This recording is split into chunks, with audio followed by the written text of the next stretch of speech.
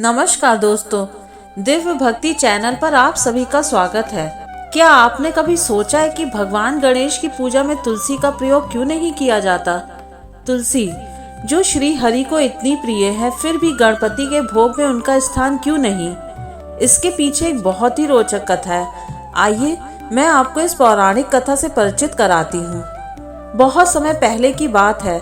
कैलाश पर्वत पर भगवान गणेश और उनके बड़े भाई कार्तिकेय के बीच एक रोचक विवाद हो गया। दोनों यह जानना चाहते थे कि पहले विवाह किसका होगा। जब यह प्रश्न माता पार्वती और भगवान शिव के पास पहुंचा, तो उन्होंने एक उपाय निकाला। उन्होंने कहा, जो भी सबसे पहले तीनों लोकों की परिक्रमा करके लौटेगा, उसका विवाह पहले होगा। कार्तिकेय यह सुनकर बड़े प्रसन्न हुए। उनका वाहन था तेज गति वाला मोर और उन्हें पूरा विश्वास था कि वे पहले लौट आएंगे। उन्होंने तुरंत अपनी यात्रा आरंभ कर दी।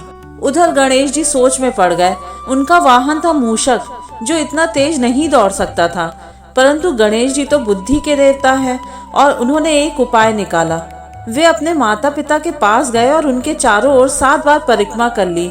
जब माता पार्वती ने पूछा, तो गणेश जी मुस्कुरा कर बोले, माता पिता ही संपूर्ण सृष्टि के समान होते हैं। उनकी परिक्रमा करने से ही संपूर्ण ब्रह्मांड की परिक्रमा हो जाती है। शिव और पार्वती अत्यंत प्रसन्न हुए और उन्होंने गणेश जी को विजेता घोषित कर दिया। जब कार्तिकेय वापस आए और यह सुना कि गणेश जी विजयी हो गए हैं, तो वे अत्यंत क्रोधित हो गए। वे अपने माता पिता से कुछ नहीं बोले, बस चुपचाप कैलाश पर्वत छोड़कर दक्षिण दिशा की ओर चले गए। गणेश जी को बहुत दुख हुआ। उन्होंने महसूस किया कि उनके कारण उनके भाई कार्तिकेय को ठेस पहुंची है। इसलिए उन्होंने एक कठोर निर्णय लिया, मैं आजीवन अविवाहित रहूंगा। यह कहकर वे कैलाश छोड़कर एकांत में तपस्या करने चले गए। अब एक दिन की बात है। गणेश जी एक शांत और पवित्र स्थान पर ध्यान मग्न थे। उसी समय तुलसी देवी उधर से गुजरी।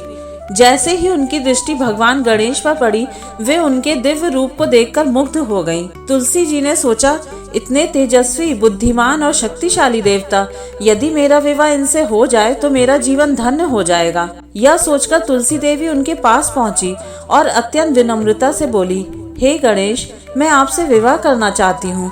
कृपया मेरा प्रस्ताव स्वीकार करें।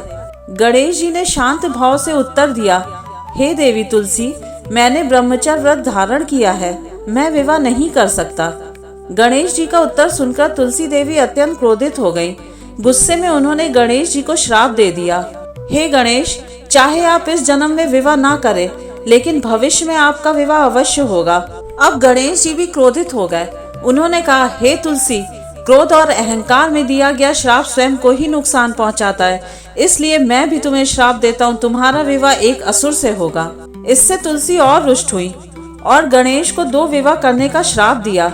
गणेश अति क्रोधित हुए और तुलसी को श्राप दिया कि तुलसी असुर पत्नी बनने के बाद ऋषि पत्नी के श्राप से एक पौधे में बदल जाएंगी।